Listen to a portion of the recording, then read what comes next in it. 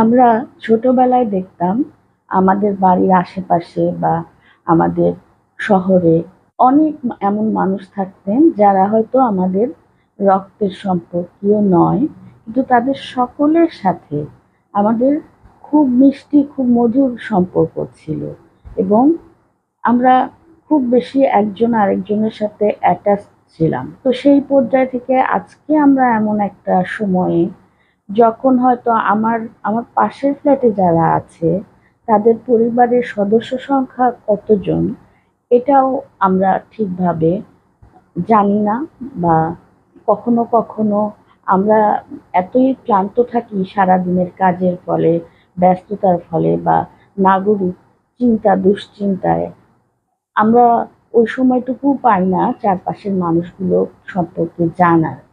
আবার কোনো কোনো ক্ষেত্রে হয় আমরা অতিরিক্ত যোগাযোগ করাটাকেও পার্সোনাল স্পেসে খুব বেশি ইন্টারফিয়ারেন্স মনে করি। সেটা এক ধরনের আমাদের জীবনের অভ্যেসে পরিণত হয়েছে এবং এটা এখন গ্রামে শহরে সব জায়গায় বোধহয় কম বেশি প্রচলিত। এই যে মানুষগুলোর কথা বললাম যারা আমাদের চারপাশে আছে, তাদেরকে আমরা সঠিকভাবে জানার বা চেনার সুযোগ পাই না। কিন্তু কিছু কিছু মানুষ আমাদের প্রত্যেকের জীবনেই আমরা দেখতে পাবো, যারা কন্টিনিউয়াস নেতিবাচক বা নেগেটিভ জিনিসগুলো আমাদের ভেতরে ঢোকানোর চেষ্টা করে, বা তাদের চেষ্টাটা হয়তো আমাদের কাছে অপ্রকাশিত থেকে যায়, কিন্তু তারা সেই কাজটা করে। আবার কখনো কখনো তারা এটা জেনে করে, কখনো কখনো তারা না জেনেই করে ফেলে। সমস্যা হলো, যারা না জেনে করেন তাদেরকে আমরা কোনো না কোনোভাবে অ্যাভয়েড করতে পারি, বা অন্য কোনোভাবে সেই পরিস্থিতিটাকে আমরা মোকাবেলা করতে পারি। তো যখন এমন কিছু ব্যক্তি আমাদের চারপাশে থাকে বা আমাদের সমাজে থাকে, যাদেরকে আমাদের নিয়ন্ত্রণ করা খুব কঠিন হয়ে যায়, কারণ এরা খুব সুকৌশলে, খুব চাতুরতার সঙ্গে, সুনিপুণভাবে এরা আমাদের মধ্যে নেগেটিভিটি বা নেতিবাচকতা ছড়িয়ে থাকে।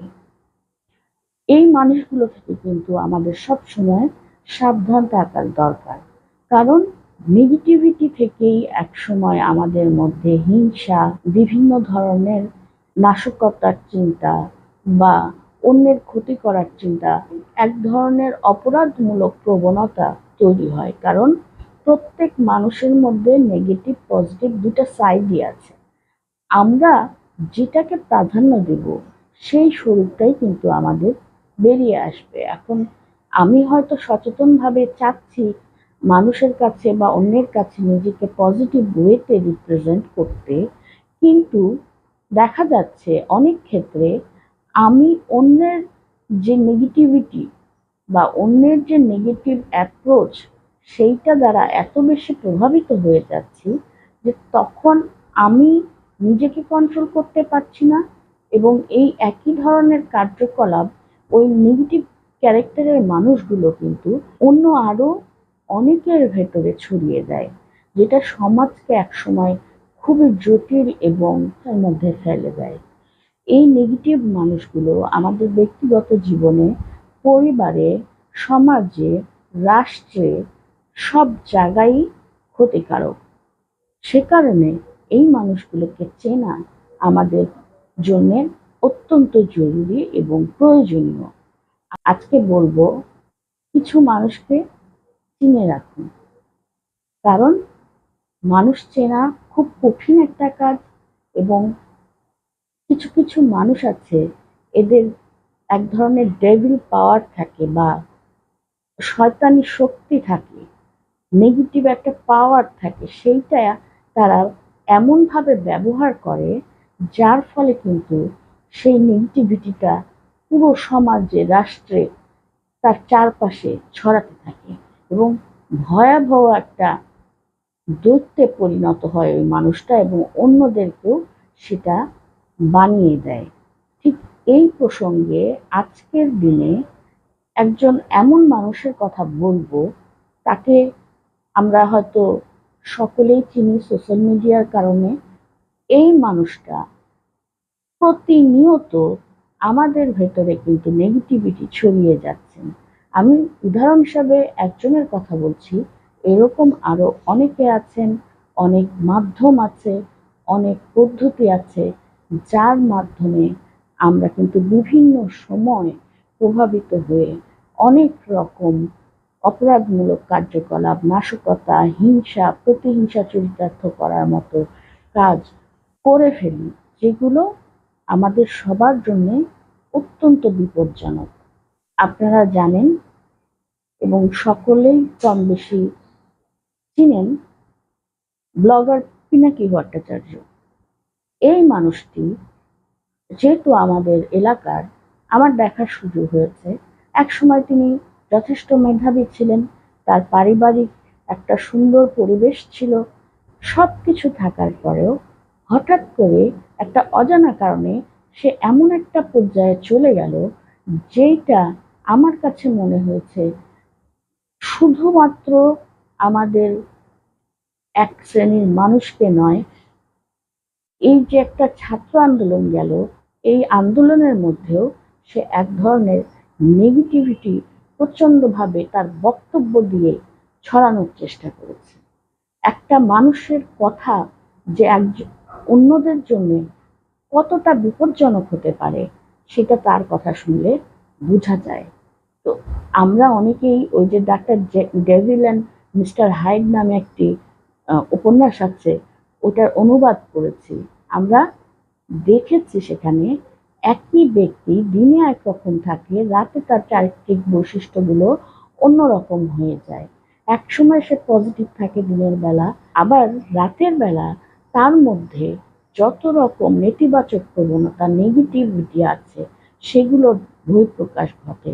এটা দিয়ে লেখক আমাদেরকে খুব ভালোভাবে একটা জিনিসই বুঝাতে চেয়েছেন, যে মানুষের মধ্যে দুই রকম জিনিসই থাকে, ভালো এবং মন্দ। আমার দায়িত্ব হলো কোনটাকে আমি তুলে ধরবো, কোনটাকে আমি ফলো করব, কোনটাকে আমি আমার জীবনে প্রয়োগ করব। সেই জায়গায় এই লোক, একে আমি ভদ্রলোক বলছি না, আমার ব্যক্তিগত পছন্দ অপছন্দ থেকেই বলছি না, অন্যদের কাছে তিনি অনেক জনপ্রিয় হতে পারেন, তিনি অনেক রকম উৎসাহদাতার মতো কাজ করে থাকতে পারেন। তো আমার কাছে মনে হয়েছে এই লোকটি অনেক দূরে থেকেও অনেক ধরনের নেগেটিভিটি ছড়াচ্ছে। দেখেন, আমরা গত কয়েকদিনের দীর্ঘ একটা আন্দোলন সংগ্রাম, নাশকতা, প্রতিহিংসা পরায়ণতা, এইসবের মধ্যে দিয়ে গেলাম। কিন্তু আমরা কিছুটা যখন একটু শান্ত হতে শুরু করছি, স্থির হতে শুরু করেছি, তখন কিন্তু আবার সে তৎপর হয়েছে এই টাইপের কথাবার্তা বলায়। এতদিন সে কথাবার্তা গুলো বলেছে মানুষকে উত্তেজিত করার জন্য, মানুষকে বিপথে চালনা করার জন্য, নেগেটিভিটি ছড়ানোর জন্য। আর এখন সে যখন দেখছে যে আমরা আবার স্থিতিশীল অবস্থার দিকে ফিরে আসছি, তখন আবার সে অন্যরকম কথা বলছে। যদিও সে খুব চাতুর্যের সাথে বলছে যে সমালোচনা করছে বা বিরোধিতা করে সে অন্যদেরকে সচেতন করে রাখার চেষ্টা করছে, চাঙ্গা করে রাখার চেষ্টা করছে, কিন্তু সেটা করারও কিন্তু পজিটিভ ওয়ে আছে। আমরা জানি যে তার কোন শ্রেণীর ফ্যান ফলোয়ার, হাজার হাজার লক্ষ লক্ষ। এই মানুষগুলো এখন তো ভিডিও একের পর এক বেরিয়ে আসছে, আমরা দেখেছি। তারা সগর্বে বলছে যে এই আন্দোলনটা, এই যে অর্জনটা, এটা ছাত্ররা করেনি, এটা করেছে একটি নির্দিষ্ট মৌলবাদী চক্র, এবং তারা বলে একটা হুঙ্কার ছাড়ার চেষ্টা করছে। এবং এই পিনাকি ভট্টাচার্যের মতো লোকগুলো হচ্ছে তাদেরই মদতদাতা বা তাদেরই শ্রেণীর প্রশ্রয়দাতা, এবং তাদের প্রচারকের কাজ করে এই ধরনের মানুষগুলি।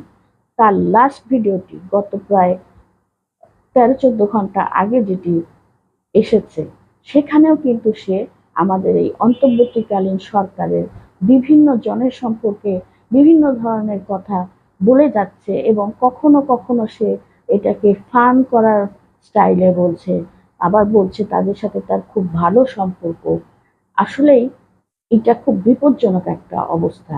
এই মানুষটা যখন বলছে যে তার সাথে এই সরকারের বা এই অন্তর্বর্তীকালীন যে মানুষগুলো দায়িত্ব গ্রহণ করেছেন রাষ্ট্রের, সেই মানুষগুলোর সাথে ভালো সম্পর্ক আছে, আবার তিনি তাদের সম্পর্কে অনেক ধরনের কথা বলছেন, এর মধ্যে দিয়ে কিন্তু তিনি আবার ওই হিংসাত্মক একটা জিনিস ছড়ানোর চেষ্টা করছেন।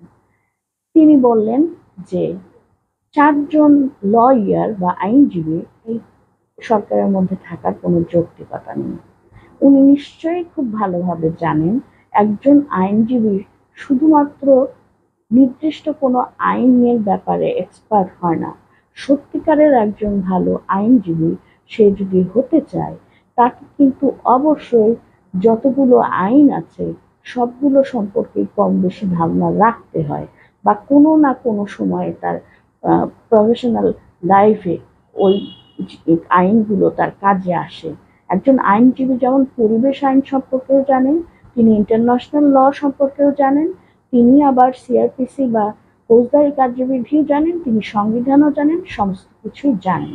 এবং জানেন বলে ওই বিষয়গুলো কোথা থেকে কিভাবে হয় সেটা তাদের জানতে হয়। যখন একজন আইনজীবী একটা পোস্টমর্টম রিপোর্ট করে, তিনি কিন্তু তার কাজের কারণে শরীরের অঙ্গ প্রত্যঙ্গ কোথায় কি আছে, আঘাতের কোনটা কি ধরনের হতে পারে, এই বিষয়গুলো সম্পর্কে একটা স্বচ্ছ ধারণা নিয়েই তার বড় বড় মামলাগুলো লড়েন। এই এই যে বিষয়গুলো, এই যে একটা খুঁত ধরিয়ে দেওয়া যে ৪ জন আইনজীবী কি করবে, আরো যে আমাদের উপদেষ্টারা আছেন তাদের সম্পর্কে, বিভিন্ন জন সম্পর্কে সে বিভিন্ন ধরনের কথা বলছেন। একজন নারী উপদেষ্টা সম্পর্কে তিনি বলছেন যে এ তো জয় বাংলার লোক, এ তো সেই মুক্তির গানের মধ্যে তার বক্তব্য শোনা গিয়েছে। এখানে বলতে চাই, শেখ হাসিনা অন্যায় করেছেন, দুর্নীতি করেছেন, তার সাঙ্গপাঙ্গরা অন্যায় করেছে, দুর্নীতি করেছে। দেশের মানুষ যদি মনে করে তাদের বিচার করবে, তাদেরকে শাস্তি দিবে, নতুন করে আবার শুরু করবে, কিন্তু এই পিনাকি ভট্টাচার্য বিদেশে বসে বসে দেশ সম্পর্কে এত নাক গলান কেন? যে দেশ এত খারাপ, যেই দেশে সে থাকতে পারেনি, যে দেশে সে নির্যাতিত হয়েছে, তার এই দেশ সম্পর্কে এত মাথা ব্যথার তো দরকার নাই। সে কত বড় দেশপ্রেমিক, এটা সত্যিকারের যারা সচেতন মানুষ তারা সকলেই কম বেশি বুঝতে পারেন। এখন তার লক্ষ্যটা কি? এই যে অন্তর্বর্তীকালীন সরকার, এর উপদেষ্টাদের সম্পর্কে নানান রকম কথা সে বলে অন্য মানুষগুলোর মনটা বিষিয়ে দিচ্ছেন, এবং একই সাথে সে তার খুব মাতব্বরি বা এক ধরনের পারদর্শিকতা দেখাচ্ছে। এই জিনিসটা করে সে বারবার কিন্তু কিছু মানুষকে, যাদের সচেতনতা কম আমি বলবো, যে কারণে তারা দেশের প্রতি তাদের দায়িত্ব এবং কোনটা অপরাধ কোনটা অন্যায় এ সম্পর্কে সঠিক ধারণা নেই, এই মানুষগুলোকে, কিছু অল্প বয়সী আমাদের সন্তানদের মতো বয়সী ছেলে মেয়েদেরকে সে কিন্তু বিভ্রান্ত করে ফেলছে। এবং এই ব্যক্তিটা আমাদের দেশের জন্য, জাতির জন্য অত্যন্ত মারাত্মক এবং ক্ষতিকারক একজন মানুষ। সে বিদেশে বসে বসে বারবার বলছে এই সরকারকে আমাদের সাথে কথা বলতে হবে। আমাদের বলতে পিনাকি ভট্টাচার্য কাদের কাদেরকে বুঝাচ্ছেন সেটা যদি সে বলতো, তাহলে স্পষ্ট হতো যে তাদের বলতে কাদেরকে সে বোঝাচ্ছে। এবং এই তাদেররা কে, এটা কম বেশি এখন সবাই জানে।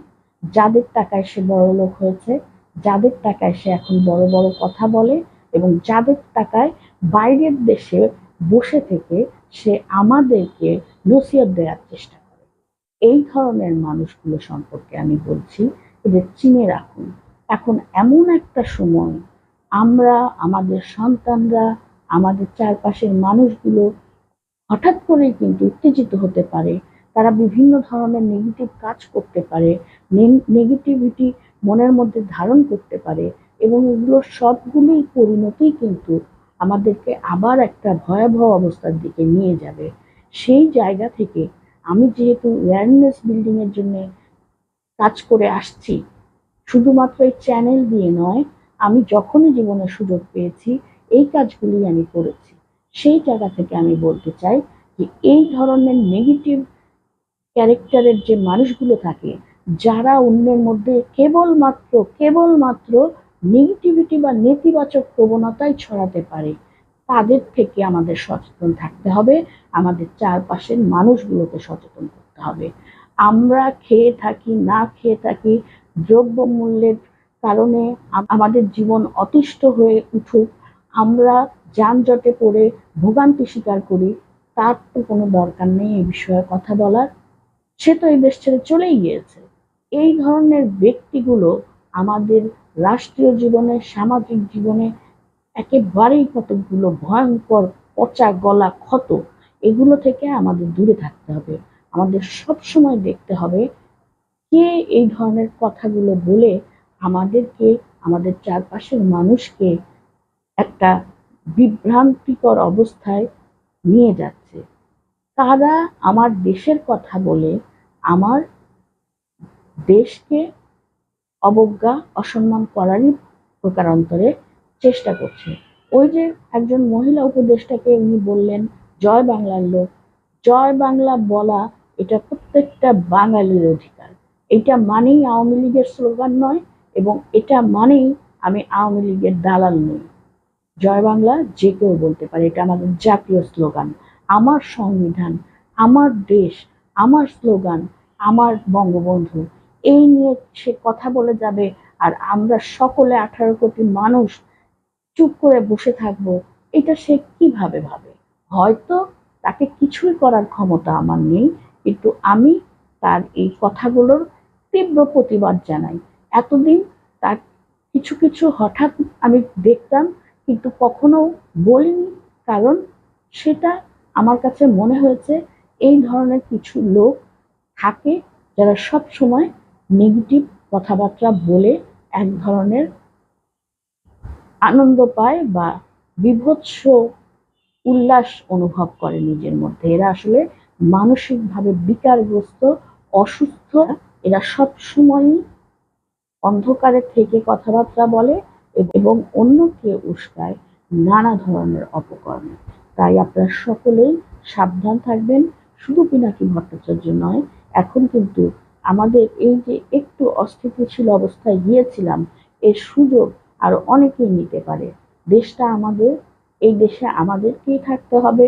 আমরা সকলেই ইচ্ছা করলে বিদেশেও যেতে পারবো না, কাজেই দেশটা রক্ষার দায়িত্ব কিন্তু আমাদের। কেউ যদি অন্যায় করে, কেউ যদি দুর্নীতি করে, কেউ যদি খুন করে, তারা যে দলেরই হোক, যেখানকারই হোক, সকলকে বিচারের আওতায় আনা আমাদের দায়িত্ব। কিন্তু সেটা নিয়ে কথা বলবো আমরা। বাইরের দেশে বসে থেকে আমাদের 72-এর সংবিধানকে নোংরা বলবে, পচা গলা বলবে, এটা তো শুনতে আমরা চাই না। সেই কারণে আমি বলবো যে আমি যতটুকু করতে পারছি আমি ঘরে বসে তার এই কথাগুলোর তীব্র প্রতিবাদ জানাচ্ছি। যে কথাটা আগেও বলেছি, যে আগে তার কথাটাকে আমি এইভাবে তুলে আনার কথা ভাবিনি, কারণ আমার মনে হয়েছে যে সে বলতেই থাকবে, এই ধরনের লোক এটাই করে। কিন্তু এখন যখন চূড়ান্ত একটা বিপর্যয় থেকে আমরা ধীরে ধীরে আবার কাটিয়ে উঠতে চেষ্টা করছি, সেই জায়গায় এসে কিন্তু সে আবার তার এই শয়তানি প্রক্রিয়াগুলো কাজে লাগাচ্ছে, এবং সে আবার দেশটাকে অস্থিতিশীল এবং সরকারের প্রতি বা অন্তর্বর্তীকালীন যে সরকার আছে তার উপদেষ্টাদের প্রতি এক ধরনের অনাস্থা সকলের মধ্যে তৈরি করার চেষ্টা করছে।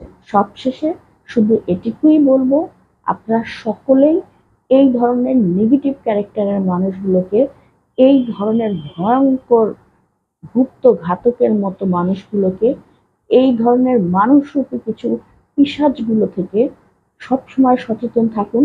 অন্যের উস্কানিতে নয়, যেটা করেন সচেতনভাবে চিন্তা ভাবনা করে সেটা করবেন। যেটা বলবেন চিন্তা করে সেটা বলবেন।